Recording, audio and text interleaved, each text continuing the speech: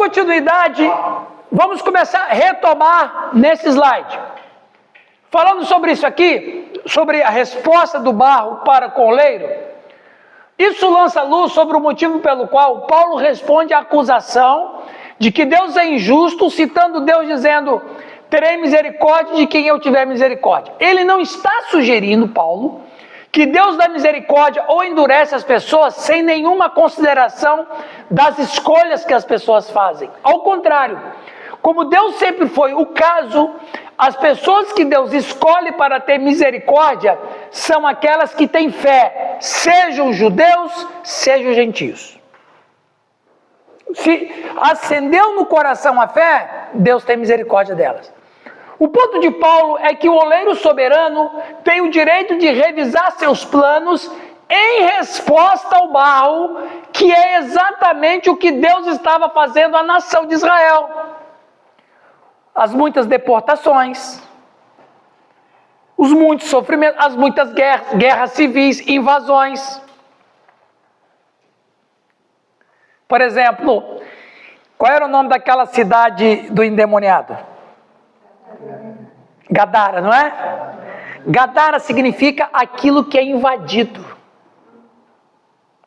Aliás, lugar bem certo para o endemoniado, né? Ele foi invadido pelos demônios, né? Então veja, uma cidade numa nação diz muito sobre ela. Israel foi invadido dezenas de vezes. Então, é o barro que Deus teve que quebrar, com deportações, com guerra civil, com guerra entre famílias, com guerras tribais, né? E por mais arbitrária que as suas revisões possam parecer aos judeus, que confiam em sua nacionalidade ou boas obras, elas são de fato revisões perfeitamente sábias e justas. Preste atenção, o judeu... Eu ia falar uma coisa aqui, não vou falar. Não era nada contra o judeu, mas um erro do judeu, né? Estavam confiando mais na nacionalidade.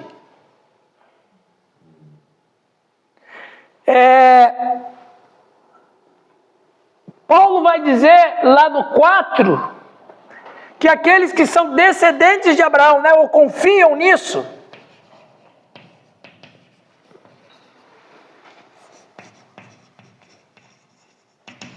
descendência de Abraão, mas uma descendência física. Vocês estão confiando em descendência física. E curioso, no grego, esperma. Eu preciso dizer o que é um esperma? É esperma em grego, é esperma em português. É a mesma palavra. Em outras palavras, e eles estavam confiando na semente de Abraão e não na promessa que Deus havia feito a Abraão. Semente, sêmen. Que sêmen e esperma, em grego esperma. E interessante que no grego não é nem sêmen, é esperma mesmo. Aí você fala, que loucura é essa? Que loucura é essa? Então, os judeus, eles confiam em sua nacionalidade. Então Deus tem que rever as ações que eles têm que fazer com os judeus naqueles dias.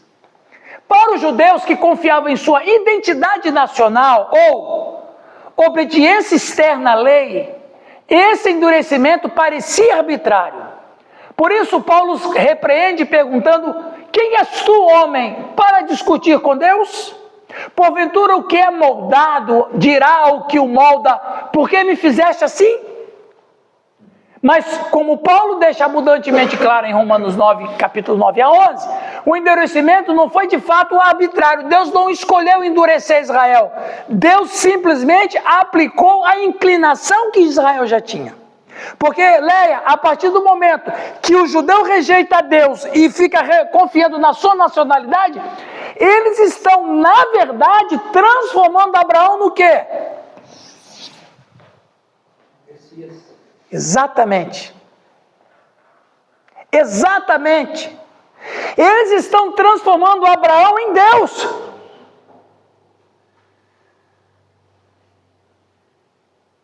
Presta atenção, gente, isso é muito sério, grave, gravoso. Porque, lembra da conversa de Jesus com alguns discípulos que depois o abandonaram? Em João 8, eles dizem assim: nós temos um pai que é Abraão. Ou seja, nós nem precisamos de você, porque Abraão é nosso pai. Ou seja, Abraão é a tábua de salvação. Abraão é Deus. Em outras palavras, eles disseram isso. Aí Jesus disse: o vosso pai é o diabo, não é nem Abraão. Porque vocês estão se inclinando para o que o pai de vocês estão dizendo. E isso é uma coisa interessante, porque como que Deus vai tratar o povo que Ele cria? Presta atenção. Deus cria um povo com uma missão. Em vez deles crerem na missão da qual eles foram criados, não, confiaram em quem começou, que foi Abraão, e não no resultado final. Em outras palavras, você pega a linhagem, aqui está Abraão, para sair o Cristo, Israel está aqui, sendo construída. Em vez deles irem para cá, eles vieram para cá. Não creram no resultado final, creram no ponto de partida. O ponto de partida não é para ser crido. O ponto de partida é só para saber de onde vocês vieram e para onde vocês têm uma vocação. Referência de início. A referência é só o início. Como é que nós começamos como nação? Vocês começaram com Abraão. Por que a gente começou com Abraão? Porque Abraão, a partir de Abraão, ia formar uma nação para receber o Messias. Mas quando o Messias vem, deixa Abraão, segue o Messias. Interessante que não é o que o Abraão queria mostrar, mas é a tendência do povo. Veja, o objetivo de Deus era eles virem para cá e não virem. Usar Abraão apenas como exemplo de fé e não como porto seguro. Eles transformaram Abraão num porto seguro, quando que o porto seguro era o resultado final de Abraão. O resultado final de Abraão, Cristo. Entendendo, Vânia? Isso é coisa maligna. Porque é muito fácil o camarada gostar da igreja do pastor Calixto, querer congregar na igreja do pastor Calixto, mas não olhar para o Cristo que o Calixto prega, mas olhar para a igreja do Calixto. Essa igreja me faz bem. O pastor me faz bem. A música daqui me faz bem. Está errado. A igreja é só o ponto de partida. O produto final que é importante, Cristo. É a mesma coisa que você levantou antes do intervalo. Pessoas que vão atrás do que acham que está certo, rejeitando o que de fato foi estabelecido por Deus. Cristo. Vocês estão entendendo melhor ainda sobre esse problema do judeu em rejeitar Cristo, etc? Está bem mais claro para vocês isso aí? Ele está apelando à sabedoria soberana do oleiro em remodelar o barro de uma maneira que se encaixe no tipo de barro com o qual tem que trabalhar. Quando o barro cede à sua influência e tem fé, ele molda um vaso de honra. Quando o barro se torna estragado, Jeremias 18,4, e resiste à sua vontade, ele molda um vaso de uso comum que está sendo preparado para destruição. Ou seja, Deus vai trabalhar sempre com a pessoa de acordo com a resposta que a pessoa vai dar para Deus. Vamos ler o Jeremias 18,4? Como se algumas coisas eu não concordasse, se tornaria uma pedra na hora de formar o vaso. Exatamente. Tem um pedaço aqui umas toceiras de grama que ficou no barro, tem uns restinhos de raiz que está aqui, as impurezas. Jeremias 18,4, o que diz? Como o vaso que o oleiro fazia de barro se lhe estragou na mão, tornou a fazer dele outro vaso, segundo bem lhe pareceu. Exatamente. Ora, gente, o oleiro é profissional, não é? Senão ele não é oleiro. Ele é um cara gabaritado. Então, ele sabe o que fazer com o barro, porque é a profissão dele. A vida dele, a dedicação dele é trabalhar com o barro. Então, ele sabe muito bem como manusear o barro. E ele sabe que ele só pode fazer uma boa obra do barro quando o barro é maleável, bom, que está ficando jóia. Você pensa a alegria de um oleiro fazendo um vaso, e não é assim quando você faz uma coisa bem feita, você não fica admirando aquilo que você fez? Eu trabalhei muito em cerâmica, eu sei que... Olha aqui, ó, nós temos um oleiro aqui, ó. Nós temos um oleiro aqui entre nós.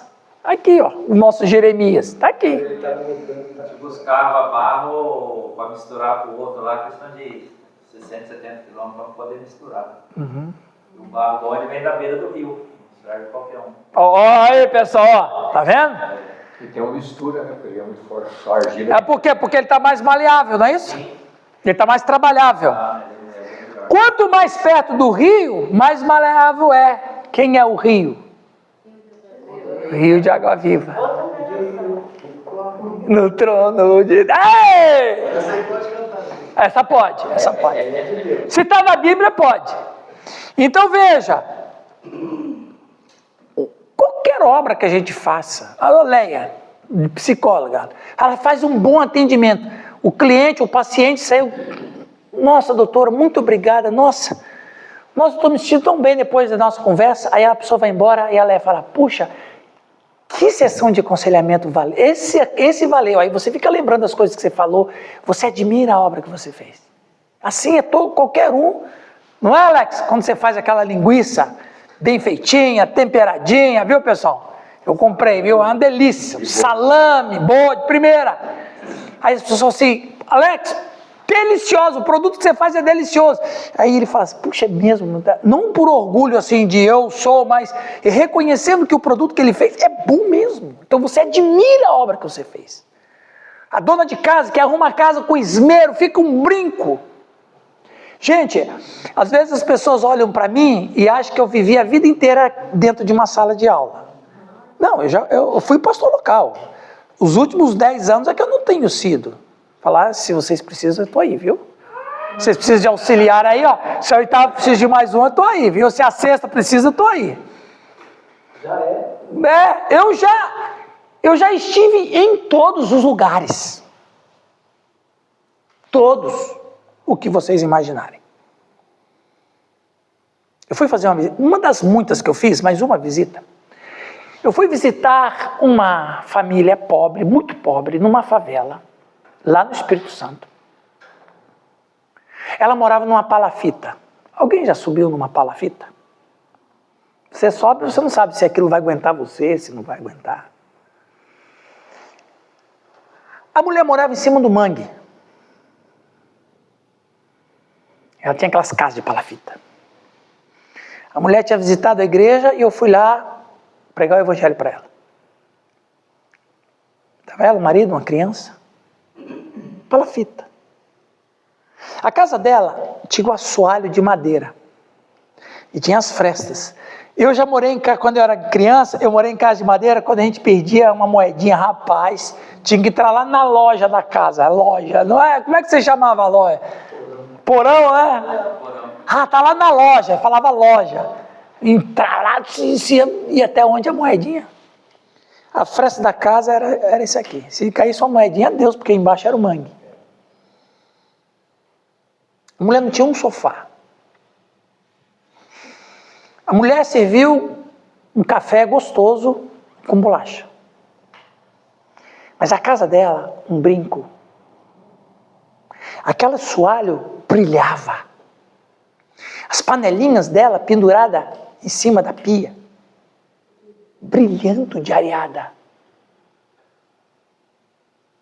Eu sentei no chão porque não tinha outro lugar para sentar. E o mangue lá embaixo.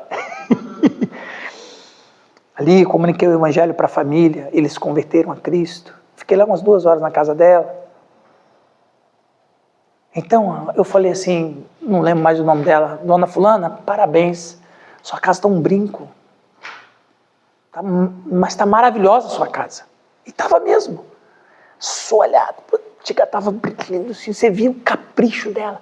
Então a dona de casa, quando ela faz assim, seja ela uma casa, uma palafita como eu fui, ou num prédio, ou como também já tive, chique, de cobertura, e olha e fala, nossa, que coisa bem arrumada, as pessoas admiram as obras que fazem. Deus admira a obra que Ele faz na gente. Que bom que o Marcos me deixou trabalhar no coração dele. Olha quem eu fiz, olha a Vânia que eu fiz, olha a Larissa que eu fiz, olha o Lucas que eu fiz, olha o Sérgio que eu fiz. Deus admira a obra que Ele faz. Mas para fazer uma boa obra, o barro tem que estar? Tem que vir da onde? Da beira do rio. Olha, tem a ver esse barro, esse molde do barro, esse fazer do olho do barro, tem a ver com dons? Esse aqui eu vou fazer, esse eu vou fazer mais pro louvor, com a voz bonita, pro louvor, esse dom. Esse aqui eu vou colocar o dom do serviço, tem a ver com isso ou não? A primeira questão, vamos dizer assim, a primeira questão é fazer o vaso. Ou a primeira questão é dar forma ao vaso, ou salvar o vaso, e moldar o vaso do jeito que eu quero. Agora, que decalque eu vou colocar no vaso é outra. Que pintura que eu vou colocar no vaso é outra. Que tipo de pintura vai? Uma flor? Que tipo de pintura vai? Uma paisagem? Porque tem vasos, tem várias... Aí, depois que o vaso está feito, aí Deus coloca a pintura que Ele quer que tenha aquele vaso. Né? Gostou dessa, vaso? Os irmãos assembleanos que gostam de falar vaso, né?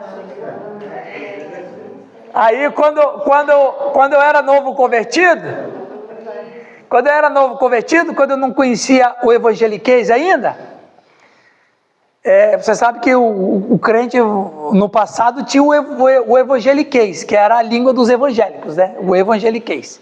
Aí encontrava com o irmãozinho da Assembleia e falou assim, paz do Senhor, vaso. Eu falei, puxa vida, ele está me chamando de vaso, eu pensava vaso sanitário. Pô, ele está me humilhando só porque eu não sou da Assembleia. Exatamente. Ele está me chamando de sujo, porque vaso, pô, ele está me chamando de privada, meu. A gente não conhecia o evangeliquez, né? Depois a gente conhece. Muito bem. Ó, quem é? Quem é aí? Quem é? Tinha que ser agora. Rapaz, o Sidney é uma figura, meu. Já tá. É o Sidney, viu? Você é engraçado. Você é engraçado. Aí tem o áudio aí, né? Você recebe o áudio, aí você sai para ouvir o áudio, só que escuta tão alto que a gente escuta aqui o seu áudio, então pode ficar aqui mesmo, velho. A gente nem precisa sair da sala, fica aqui mesmo. Nem tem o trabalho de sair. Alguém lê para nós esse slide, por favor? Quem lê para nós? Novamente, essa modelagem parece arbitrária para os judeus que acreditavam que eram o vaso de honra, em virtude da sua identidade nacional ou boas obras. Judeus que não se esforçavam por a justiça de Deus com base na fé, mas como se fosse baseada em obras. Romanos 9:32. É para essas pessoas, expressando esse sentimento, que Paulo pergunta sarcasticamente: quem é você? Quem é você? Então quer dizer, além do judeu em geral não aceitar o método de Deus, questionava Deus. Está tudo errado, completamente errado, né? O que alguém poderia dizer com base nas verdades precedentes sobre a escolha de Deus é que se Deus faz o que Ele quer, então não é culpa nossa. Nós realmente não temos escolha. Errado. Deus diz quem quiser.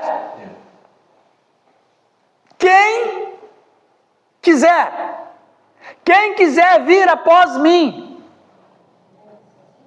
O problema também, desculpa aqui os que são adeptos do calvinismo, e talvez quem está assistindo esse vídeo seja adepto do calvinismo, apenas um questionamento à filosofia, não à pessoa que crê nisso. Mas um dos problemas sérios, Alex, que eu vejo no calvinismo é esse. Se tudo está determinado por Deus, então eu vejo que eu encontro dois gravíssimos problemas em relação a Deus mesmo. Quais?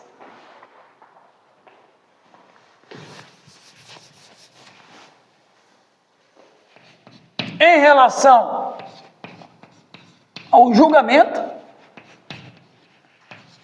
e em relação à onisciência. Por quê? Pega esse slide aqui que eu acabei de escrever. Alguém poderia dizer, com base nas verdades precedentes sobre a escolha de Deus, é que se Deus faz o que Ele quer, então não é culpa nossa. Pensa comigo. Se tudo está determinado por Deus, como ensina uma base do calvinismo, Deus vai condenar o Hitler por quê? Então Deus vai chegar lá no dia do julgamento, Deus vai dizer assim para o Hitler: olha, Adolfo, você foi muito cruel, você assassinou só do meu povo 10 milhões de pessoas, sem contar os outros milhares que você matou de forma covarde. Por isso que você está sendo condenado agora. O Hitler vai dizer: não, senhor, eu só obedeci o que o senhor mandou. Eu não tive escolha. Estava tudo determinado. Aí Deus vai chegar para o estuprador de criancinha e vai dizer: você foi estuprador de criancinha. E eu falei: ai daqueles que fizer tropeçar um desses pequeninos que crê em mim. Você vai ser condenado pela sua maldade. Aí o estuprador vai dizer: o senhor não pode fazer isso comigo. Eu só estuprei porque o senhor me mandou. Porque tudo está determinado. Se tudo está determinado, todas as maldades que existem no mundo, existem porque Deus determinou, Deus escolheu. Que julgamento é esse?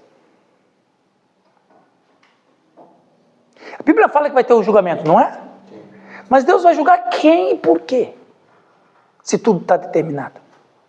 Quando ele dá também as leis e a pessoa não segue, então quer dizer que Deus não deu. Não, eu não segui porque eu estava determinado para não seguir mesmo.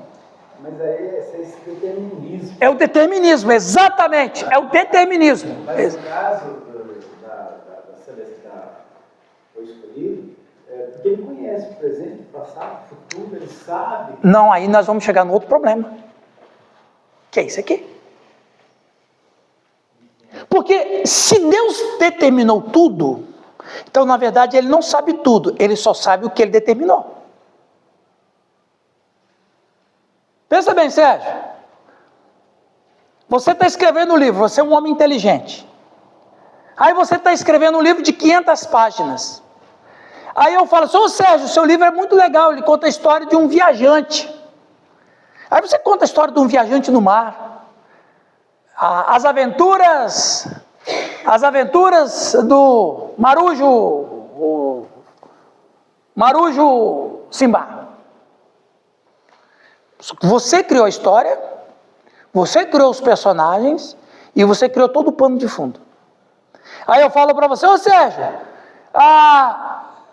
eu estou vendo aqui, o que vai acontecer aqui na página 425? Aí você vai falar: vai acontecer isso, assim. Mas isso é porque você é onisciente? Não, porque foi você que escreveu, então você sabe o que está lá, porque foi você que escreveu. Aí você sabe o final do livro, por que você sabe o final do livro? Você que escreveu. Então, você é onisciente? Não, você só sabe o que você escreveu. Então, se Deus determinou tudo, então Ele não é onisciente total. Ele só sabe o que Ele determinou. Aí esse problema não encaixa, Nilton. Não encaixa. Não, no caso aí não encaixa, mas quando a gente sabe, Deus nos escolheu, porque Ele sabe que a gente não vai desviar, a gente não vai virar pela onisciência dele. Não que a gente determinou isso, né? Não está determinado. Deus determina. Não, mas o calvinismo puro diz isso. Ah, sim. O calvinismo inflexível diz isso. É só estudar Tulipe. Mas assim, eu só quero dizer, porque isso aqui é um ponto importante, quer dizer, a Bíblia fala quem quiser. Agora, Deus sabe quem vai se converter? Eu acredito na onisciência de Deus. Deus sabe, a Bíblia fala que Deus anteveu quem vai crer. Mas esse antever quem vai crer, de repente não é porque Deus escolheu aquele para crer. Ele sabe que aquele vai crer. Por isso que Jesus falou, né? Que o Senhor me deste. Quem é que Deus, você falou bem, quem é que Deus dá para Jesus? É quem escuta o Evangelho. Deus é o autor do Evangelho, Todos aqueles que o Pai me dá, João 10:30. Como é que o Pai dá para o Filho, as pessoas? Pela pregação do Evangelho, porque Deus é o autor do... o Pai, né? Então, em outras palavras, não está errado. Deus diz, quem quiser. A porta é aberta para todos. Deus quer dizer, quem quiser, e essa é a palavra para você, pecador, e não eleição, que o assunto de Deus não é seu, é Deus. A mesma coisa, quando Deus dá um dom, ela estava perguntando para ela, Deus dá um dom para uma pessoa, dom de tocar instrumento. Agora, se ele vai tocar o instrumento, se ele vai exercitar, isso, é com ele. Ele tem um dom. Ou se ele vai adorar a Deus, ou adorar o mundo, exatamente.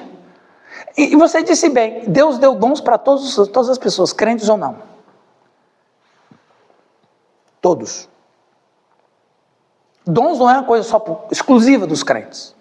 Dom é algo que Deus deu para todos. E por que Deus deu dons para todos? Para haver progresso na humanidade. E em relação à igreja, para ter progresso especialmente na igreja. Mas dons Deus deu para todo mundo. Então veja, quando a gente para analisar essas coisas, você chega e fala assim, puxa vida, Deus é perfeito mesmo.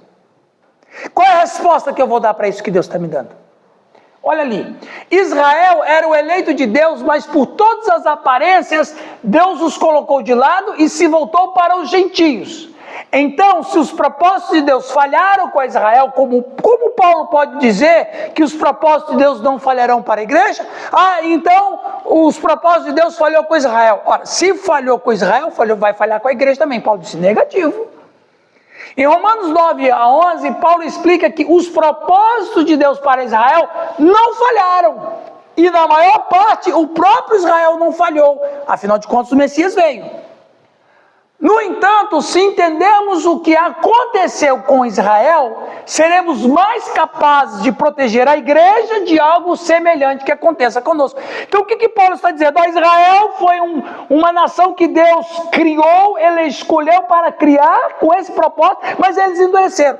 Vocês, gentios, é uma outra nação que Deus escolheu. E se vocês falharem como Israel, Deus vai tratar vocês como tratou Israel. Olha aqui, esses dois textos eu separei para vocês pensarem. Quem lê para nós Isaías 22, 15-22? Quem vai ler? Levante a mãozinha. Qual criança vai ler?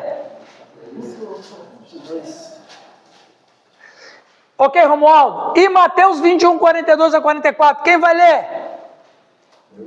Ô, Calixto. Ok, vamos ler primeiro Isaías 22, 15-22. O que diz lá o texto?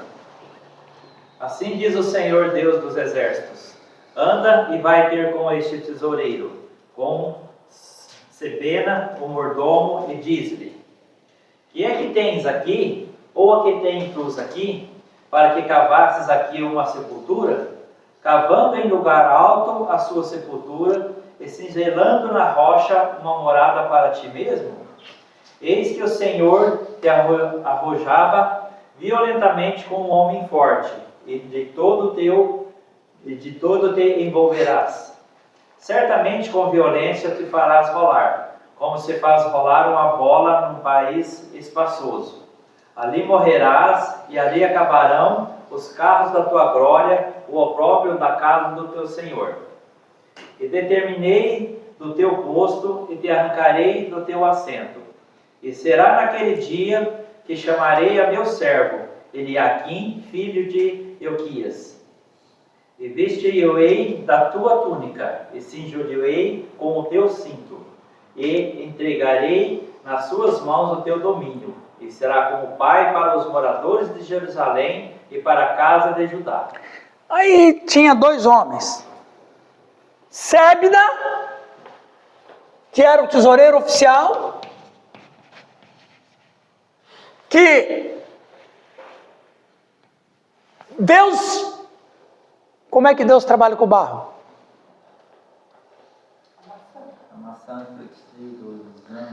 Deus trabalha com o barro a partir do barro. Ok? Sebna é esse barro. Aí esse barro não estava bom. Deus destruiu esse barro. Sebna era o tesoureiro. O que Deus falou que vai acontecer com ele? Você vai morrer.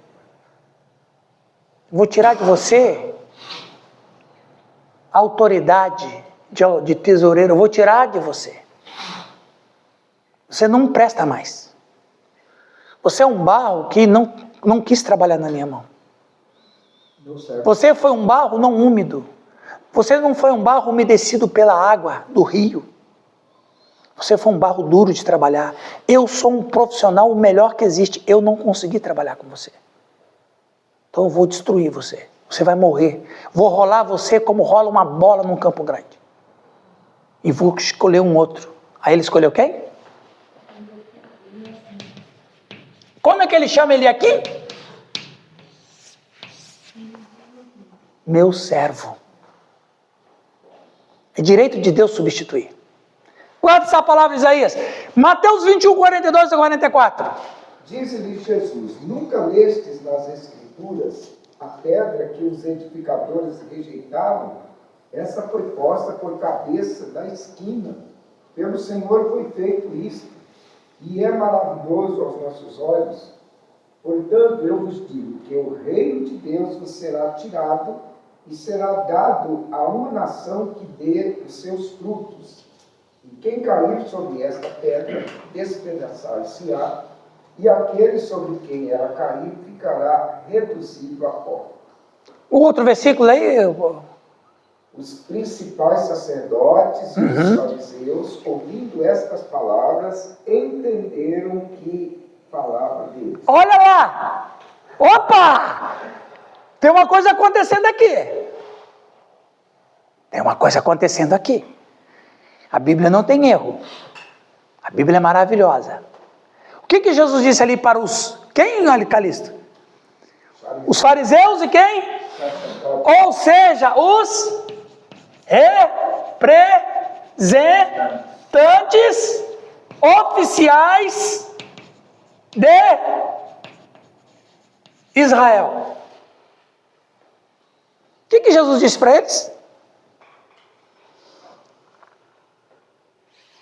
O que Jesus disse para eles?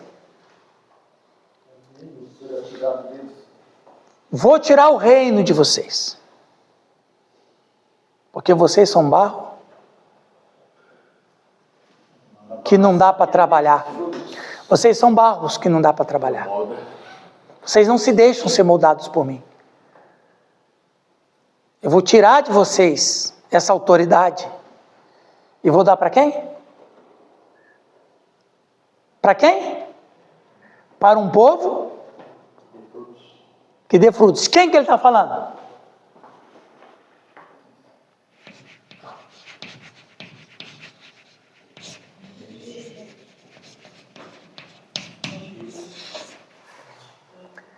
Israel é Sebna. Ele aqui é a igreja. Percebe a relação? Então, as pessoas dizem bem assim, e eu quero dizer isso com muito respeito. Ah, porque o judeu é o povo de Deus. Não, não é mais. Deus não tem dois povos. Deus só tem um povo. Quem? A igreja. Quem é a igreja? É o novo Israel de Deus. A igreja é o povo de Deus. E quem é a igreja, Vânia?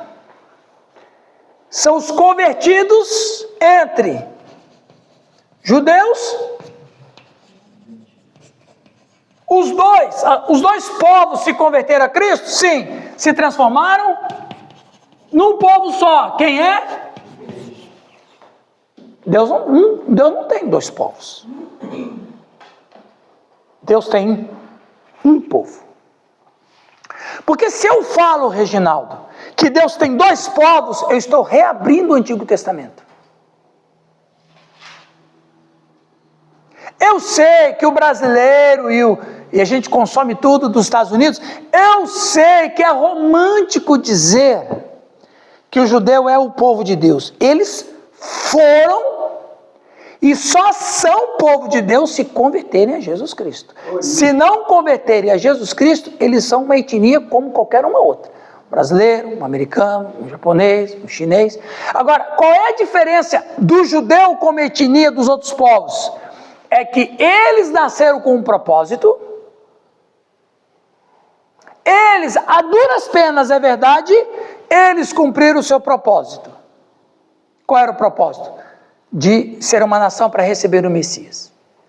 Mas a partir do momento que eles rejeitaram o Messias, eles rejeitaram o próprio Deus.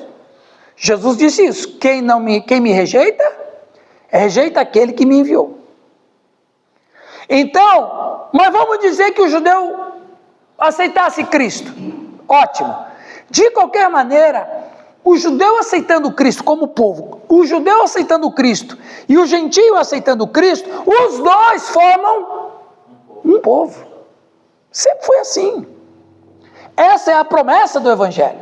Então, quando a gente observa que alguém fala romanticamente, não, porque o judeu é o povo de Deus, veja, a etnia deles está protegida por Deus por causa de Abraão. O que está acontecendo hoje com o povo de Israel é uma covardia. É uma covardia. Nós, gentios, nós somos gentios, nós, gentios, louvamos a Deus pelos judeus. Porque o nosso Senhor descende deles. E nós devemos louvar a Deus pela vida do judeu como etnia todo dia. Todo dia eu tenho que louvar a Deus pelo judeu. Eu tenho que louvar a Deus pelo povo de Israel. E eu tenho que orar por eles para que a conversão chegue neles. E eu tenho que rejeitar tudo que fazem com eles. Essa covardia que fazem com eles. Os terroristas, os esquerdistas, os comunistas, os marxistas.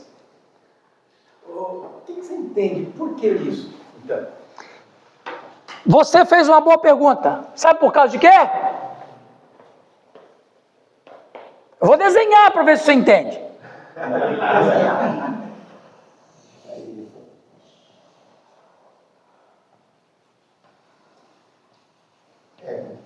Não?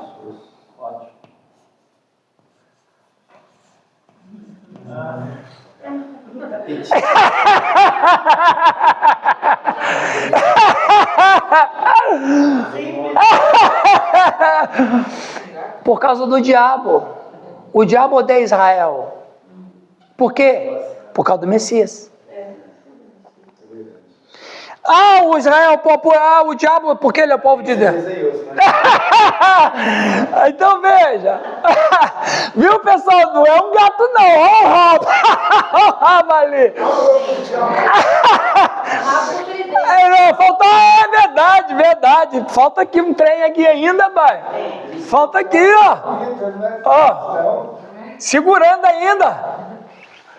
Olha lá, ó. Tridente ainda. Então veja, Nilton. Por que e o diabo vai fazer isso até Jesus voltar? Por que tem essa opressão contra o povo de Israel? Porque ele não conseguiu destruir esse povo. Ele não conseguiu destruir esse povo porque havia uma promessa do qual Deus não ia abandonar. jamais destruirá. E não vai destruir. Quem vai destruir Israel? Quem vai destruir Israel? Só tem uma pessoa que destrói Israel. Eles mesmos. Ele falou. Ele falou. Que o homem, ele falou, meu santo. Ele disse, o homem não se salva só, mas se perde só. O homem não se salva só, mas se perde só. Em outras palavras, na palavra dele, quem se autodestrói? Ao próprio homem que rejeita o Senhor. Na verdade, quem é que foi que não quis ser trabalhado? Foi o oleiro que disse, não quero mais esse barro? Ou foi o barro que disse, eu não quero que você trabalhe em mim? O barro. Percebem? Então, aí, esse barro que não quis ser trabalhado, vai ser bom, já que o barro está aqui, eu vou fazer um vaso que vai para o lixo. Só para não perder, vai para o lixo. Mas esse aqui, que foi modelado, que aceitou ser modelado, e que aceitou ser desenhado, esse vai ser vaso de honra. Aí o texto que nós lemos, os que o Calixto leu, os representantes oficiais de Israel ficaram com ódio dele, porque ele sabia que eles tinham o reino de Deus, os judeus sabiam. Então Deus falou assim, eu dei 2000 anos para vocês, e vocês, foi muito duro trabalhar com vocês, fiquei 2000 anos trabalhando com vocês, foi muito duro, esse barro se quebrou, não tem jeito, então eu vou pegar a beleza de vocês, que era de vocês, vou dar para um outro barro, um outro vaso que eu vou fazer. Então, aí Jesus diz, o reino de Deus vos será tirado, e vou dar para um outro povo. Quem é esse outro povo? O que vai ser de fato o novo Israel de Deus, que são aqueles pela fé, do qual esse aqui é o pai de todos. Quem é o nosso pai? Abraão. Por que Abraão é nosso pai?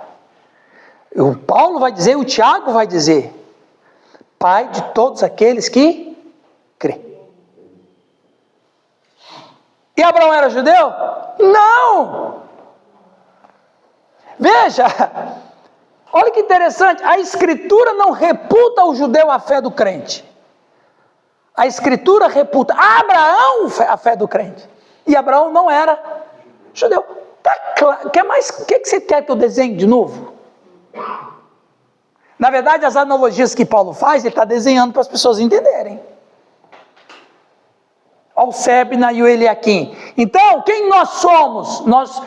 Você vai chegar na igreja e vai dizer, irmãos, nós igreja, na Bíblia eu descobri que nós temos o ministério de Eliakim. As pessoas nem sabem quem é Eliakim. Nem sabe quem foi Sebna. Mas você sabe. A profecia, ela é maravilhosa. Ela encontra a resposta na história. E ela acontece na história. A igreja é esse Eliakim. Deus tirou a chave do cofre de Sebna. Esse barro não serve mais. Ele tira a chave do cofre de Sebna e dá para um outro que vai trabalhar bem, porque é um barro que está maleável. E dá para Eliakim. Jesus está dizendo isso. Vocês eram Sebna, mas Deus está levantando um Eliakim. Perguntas, comentários? Estamos terminando. Agora eu pergunto para os irmãos. Quantos de nossos irmãos sabem disso? 0,5%. Em outras palavras, nós poderíamos das nossas igrejas pegar esse capítulo de Romanos, pastor Marcos, na gloriosa igreja luterana livre do Lar Paraná, e doutriná-los, colocar na mente deles, no coração deles, na alma deles, quem eles de fato são. Porque se a gente conseguir colocar isso no coração do nosso povo, E eles vão ter uma identidade muito melhor sobre o que é uma igreja. E por que ela existe. E o que Deus quer fazer por meio dela. Ok? Perguntas, comentários? Perguntas eu sei que vocês não têm. Comentários? Né? Em 9:30-33, quem vai ler para nós esse slide? Vânia, dá para ler, Vânia? Sim. Ali na frente, ali, ó. Em 9:30-33, temos aqui uma passagem extraordinária, cheia de profundo consolo por um lado e de advertência por outro. Aqui estavam os gentios mergulhados no pecado descrito nos capítulos 1 e 2, ocupados com superstição e idolatria. Aqui estão boas notícias para os homens maus, homens que nunca leram as escrituras do Antigo Testamento, nem buscaram a justiça. Ainda assim, embora os gentios, ouvindo o Evangelho e crendo, eles andam direto para a justiça pela fé, passando pelos judeus, que estavam buscando o quê? Uma lei que deveria dar-lhes justiça. 9:30-33. Quem vai ler Romanos 9:30-33? Larissa, pode ler para nós, por favor, Larissa? Romanos 9:30-33. Como dizia lá, Romanos 9, de 30 a 33.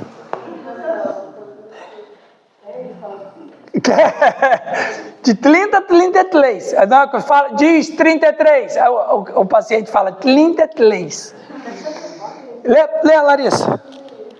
Que diremos então? Os gentios que não buscavam justiça a obtiveram. Uma justiça que vem da fé, mas Israel que buscava uma lei que trouxesse justiça, não a alcançou. Por que não? Porque não buscavam pela fé, mas como se fosse por obras. Eles tropeçaram na pedra de tropeço, como está escrito. Eis que põe em Sião uma pedra de tropeço e uma rocha que faz cair. E aquele que nela confia jamais será envergonhado. Olha que texto interessante, a gente está terminando o capítulo 9. Foi bom o capítulo 9 para vocês? Ótimo. Olha que interessante. Observe, não nos é dito que os mesmos judeus estavam buscando a justiça, mas uma lei pela qual, por meio de seus próprios esforços, esperavam alcançar a justiça.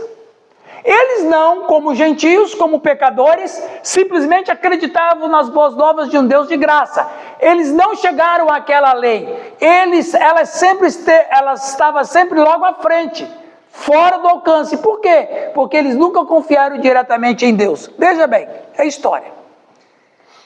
Tem o rico e o pobre. Vamos pegar aqui, o Júnior é o rico, ok? E o Reginaldo é o pobre. O Júnior e o Reginaldo têm as mesmas necessidades. Eles precisam de perdão, precisam de arrependimento, precisam de paz na consciência, estão condenados, eles sabem que a espada da justiça está no pescoço deles, eles sabem. Aí, o Júnior, que é rico, tem muita grana, ele sente essa falta de paz muito grande, daí o Júnior vai viajar, o Júnior vai para a Europa, o Júnior compra carro, o Júnior compra iate, o Júnior compra lanche, o Júnior troca de carro a cada 3 meses, o Júnior compra apartamento, o Júnior, ele vai usando tudo que ele tem, os recursos que ele tem, para enchendo o coração dele com alguma paz. Aí o Júnior é assim e tal, vai ser bom assim, eu vou fazer isso. Aí num momento de frenesi, é até legal, ele consegue até enganar a si mesmo, mas ele vai aos trancos e barrancos e tal. Aí chega lá na frente, o Júnior fala, não tem jeito, eu já tentei de tudo. Aí alguém fala, ô Júnior, não tem jeito, você precisa de Jesus Cristo. Aí o Júnior fala, não, é verdade, eu demorei muito tempo, me enganei, eu usei tudo que eu tinha para saciar o vazio do meu coração. Quanto mais eu saciava, mais eu ficava vazio, eu preciso de Cristo. O Júnior se ajoelha e converte a Cristo. E o Reginaldo pobre? O Reginaldo também está com falta de paz, mas ele é pobre, ele não tem recurso para viajar, para comprar iate, para ir para lanche. Aí ele fala, não, você precisa de Jesus. Aí o Reginaldo já cai, ele vai fazer o quê? Ele já converte logo. Deve ter se falado. O Júnior levou, sei lá, 5 anos para converter. Mas o Reginaldo, no primeiro dia, converteu, porque ele não tem mesmo o que fazer, né? Ele vai comprar o quê? Vai viajar para onde? Enfim, a vantagem. Mas ser pobre é ter muita vantagem, meu. É a vantagem. É a vantagem. O cara se converte logo. Então, o que eu quero contar com essa história é exatamente isso. O judeu tem a lei. Então, em vez dele se entregar pela fé, ele vai se entregando pela lei. E acha que a lei... Ó, esse texto aqui é muito interessante, ó. A justiça está sempre à frente. Mas você sabe aquela brincadeira, ou melhor, aquele desenho que o não sei se é o Pica-Pau, ele coloca um osso numa vara de pescar, senta no cachorro, você já viu o que, né? Ele senta no cachorro, com a vara de pescar, com o osso pendurado, o cachorro vai andando para pegar o osso, ele vai carregando ele, mas ele nunca, o cachorro nunca vai pegar o osso. É os Flintstones, eu sei lá, é um desenho desse aí. Aí ele está com o osso lá na frente, ele está no cachorro, o cachorro está indo atrás daquele osso, indo atrás daquele osso, indo atrás daquele osso, e quanto mais ele corre, mais o osso está longe, e o Pica-Pau está aproveitando, né? Assim era o judeu. A lei estava sempre na frente. Quanto mais ele corria, mais ele não alcançava. Quanto mais ele corria, mais ele não alcançava. Mas o gentio, que não tinha nenhum osso na frente, Meu cachorro? que nem o já se entregou ali. Em outras palavras, o gentio, ele se converteu logo de primeiro contato a Deus, porque ele não tinha distrações. Ele não tinha opções. Percebe o negócio? Né? Então, a lei acabou sendo uma ilusão para o judeu. Então, quando Cristo veio dizendo, transfira a sua confiança de vocês mesmos para mim, Moisés lhe deu a lei, mas nenhum de vocês guarda a lei. Eles se voltaram furiosos e mataram o justo. Então, os judeus tropeçaram. Agora é preciso uma mente espiritual e um coração sujeito para ler com proveito o que está aqui. Isso aqui é uma questão espiritual, pessoal. Então Jesus disse, transfira a sua confiança de vocês para mim. Os judeus quiseram matá-lo por isso. Agora olha que interessante. Romanos 9, 30 a 33 aborda o esquema da salvação diretamente. Paulo argumentou até esse ponto no capítulo que Deus tem a prerrogativa de escolher o esquema da salvação de sua escolha. Se as pessoas rejeitam Cristo como Salvador, elas escolhem seu próprio sistema de salvação. Se eu não quero Cristo, eu tenho que obrigatoriamente ter um outro sistema. Paulo apresenta o plano de salvação de Deus pela graça por meio da fé. Mas agora o foco no que estava implícito se torna mais específico.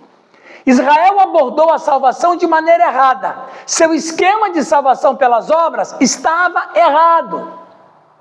Pois a promessa feita a Abraão e aos seus descendentes, referindo-se não à descendência física, mas à espiritual, que se tornou sua descendência pela fé em Cristo, de que ele seria herdeiro do mundo, não foi por meio da lei, mas por meio da justiça da fé. Isso aí sempre foi claro, mas o religioso não enxerga.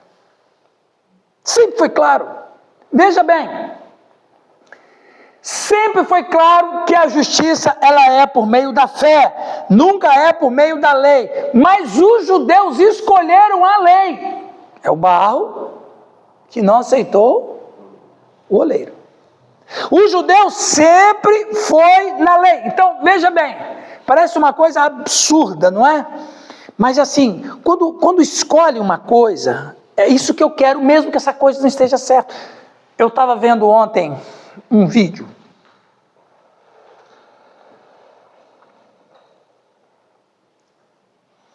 Eu estava comentando com Sérgio hoje ali no café, colocaram, preste atenção, colocaram numa feira lá em Recife, colocaram um desenho do Lula, não tem aquelas fotos que tamanho, né? Aquelas fotos tamanho normal, né? Mas é só uma foto. Aí as pessoas dizendo, o que você diz aqui do presidente Lula? Ele é maravilhoso, ele é o melhor do Brasil. Várias pessoas, várias. Não, mas ele é o melhor do Brasil, mas ele se não é ele, o pai dos pobres. Vários. Aí a pessoa que estava entrevistando dizia, mas ele é corrupto, ele foi condenado, ele tirou agora 1 bilhão e 700 milhões do Bolsa Família. Ele, na verdade, ele deu mais lucro para os bancos do que para os pobres. Sabe qual foi a resposta de todos? Eu vi lá umas 10, 12 entrevistas lá. Não, mas ele é o Lula. Não, mas ele é provado que ele roubou. Ele roubou, mas o meu voto é dele. Sabe, uma religião. É isso. Você me deu a palavra perfeita. E os caras falavam, não, ele roubou, mas é o Lula, eu amo o Lula. Não, mas ele desviou. Teve 2 pessoas que eu falei, isso aí é doença. Não, mas ele cortou o Bolsa Família, 1 bilhão e 700 milhões de Bolsa Família. Sabe o que as 2 pessoas falaram? Se ele cortou, então é bom. Meu Deus, como é bom! Como é bom! O que é isso? Eu escolhi, isso mesmo, Nilton. Vou usar essa sua fala como trampolim. Sem você nessa aula, não tem sentido. O judeu, vou usar o trampolim, o judeu escolheram uma religião paralela. Qual a religião que eles escolheram? A lei. Perfeito. Que interessante, né? Neles, no caso, tem Deus que fala e tem a lei. Quem você quer seguir? Então, o que vem daqui eu não aceito, mesmo que é ele falando, porque no meu coração eu já escolhi a minha religião. Exatamente, eu já escolhi a minha religião. Qual é a sua religião? A minha religião é o Nilton. A minha religião é a lei. Ou seja, olha que lance psicológico mais doido, doutora Leia. A lei se transformou num Deus para eles, numa dependência psíquica. Se tira a lei, você tira a minha vida. E é interessante que quando a coisa parece que entra no psique humano, ele fica cego para qualquer verdade latente. Ele enxerga, mas não aceita. Ele vê, mas não enxerga. Porque na vida interior dele, ele escolheu um meio. Você pode falar que ele é ladrão, mas se ele roubou, ele fez bem. Como é possível? É isso que o Paulo está tratando. O judeu tem um coração adoecido porque eles escolheram um outro Deus. A lei. Aí entra o que você falou, Calixto. O joio. Parece que é, mas não é.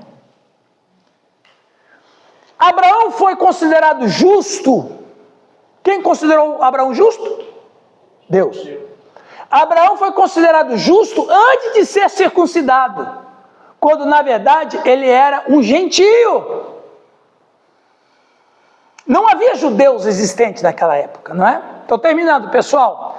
Deixa eu ver quantos slides faltam. 2. Havia mandamentos divinos na lei? Certamente. Havia esperanças conectadas com a plena observância deles? Certamente. O homem que pratica a justiça, que é da lei, viverá por ela. Levítico 18:5. Havia aqueles que professavam a justiça da lei? Sim, de todos os lados, fariseus, sacerdotes e escribas. Mas o que mais lemos no Antigo Testamento?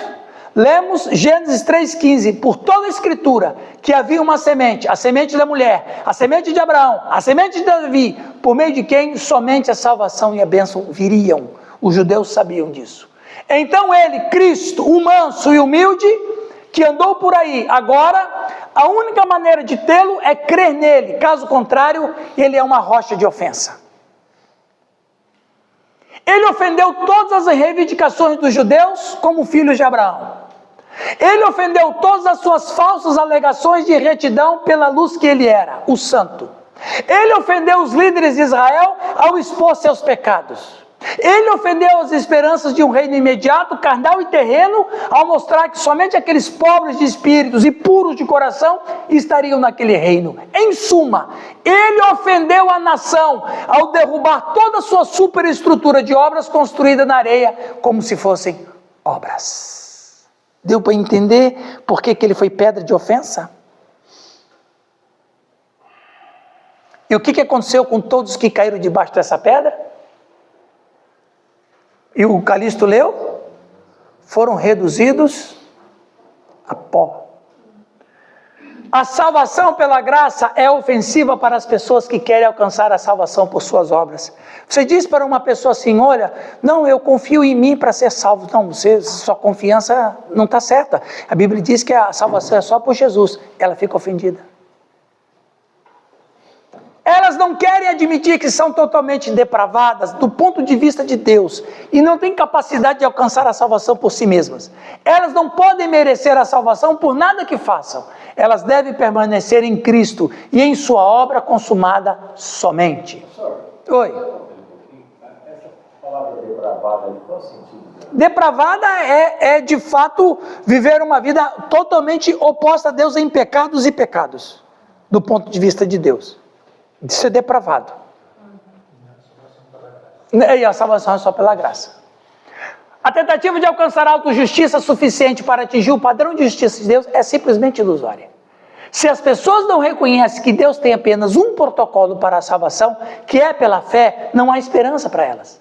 Esta questão gira em torno da justiça absoluta de Deus. Como o homem é relativo à sua justiça, ele nunca pode igualar a justiça absoluta de Deus por seus próprios esforços. No entanto, a cegueira espiritual o faz acreditar que seus próprios esforços são suficientes. A cegueira espiritual vem de um coração duro, uma volição negativa. E o último slide. Lembre-se, a salvação não é crer em Jesus para ganhar o céu, embora seja essa uma parte central do Evangelho, mas também viver com propósito e significado como membros de uma nova criação nesta vida. Amém? Amém. Que